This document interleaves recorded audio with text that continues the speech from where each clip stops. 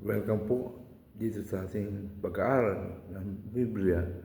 Dito po tayo ngayon sa Bilang 14:28. Ang theme natin ay Declare Blessings, Not Suffering. Believe God, He can do something for you. Walang sinumang tao na ayaw niya ng kasaganaan. At walang sinumang tao na gusto niya na siya laging maghihirap at laging kawalan sa buhay. Lahat tayo nagmimiti ng kasaganaan. But relatively speaking, the word blessing is not for all.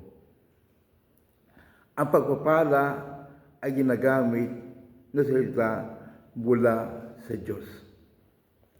Hindi pagpapala kung galing sa sariling lakas natin. Declaration of blessing is declaration that you believe God.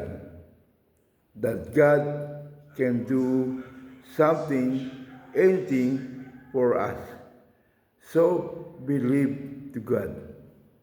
We must believe God can do something for us because He is alive for us.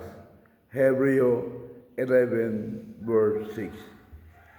Believe it to Him. If not, wala kang magagawa. Meron kong kwento, may isang taong naninigarilyo, masama sa katawan. Nabasa niya sa libro na yun ay masama sa katawan. Kaya nagbago na siya. After isang linggo, itinigil na niya ang pagbabasa ng libro. Hindi po itinigil ang paninigarilyo. If you know the truth will set you as to free. Maniwala ka muna.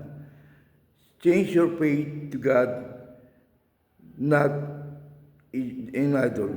Awit 40 verse 4. Sa Diyos magtitiwala, di sa Diyos-Diyosan. Jeremiah 17 verse 5. Not to mock but God. 1 Corinthians 1:4 and 9. Matthew 12 verse 36. Speak positive always. He can hear us always. Kung ano ang narinig ng Diyos sa atin, yun ang nangyayari. Kung laging narinig na sa atin, hindi natin kaya, yun ang gagawin niya. Talagang hindi natin kaya. Kaya kung puro kahirapan ang sinasabi natin, hindi talaga mangyayari. Kaya kung puro wala rin talaga. Kung puro sakit ang narinig ng Diyos, sakit ang mararasan natin. Sa Isaiah 38:25,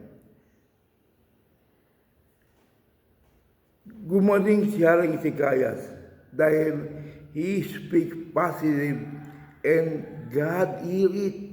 Kung ano narinig ng Diyos, yun ang mangyari. Bilang 23 verse 19, God is not sinungaling. Hindi po sinungaling ang Diyos.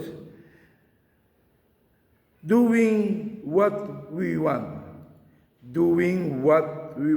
that God can do for us. Let us work together for God's will. Declare blessing, not suffering.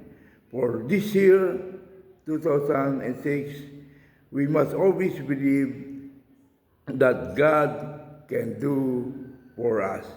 Kaya, wala ngayon, huwag na tayong magsasabing nahirapan ako. Sapagkat yun ang mangyari. Amen? Basta, mag-declare ka lang ng pagpupada sa ating buhay. Si Diyos po ang papuri. Si Diyos po ang pasalamat.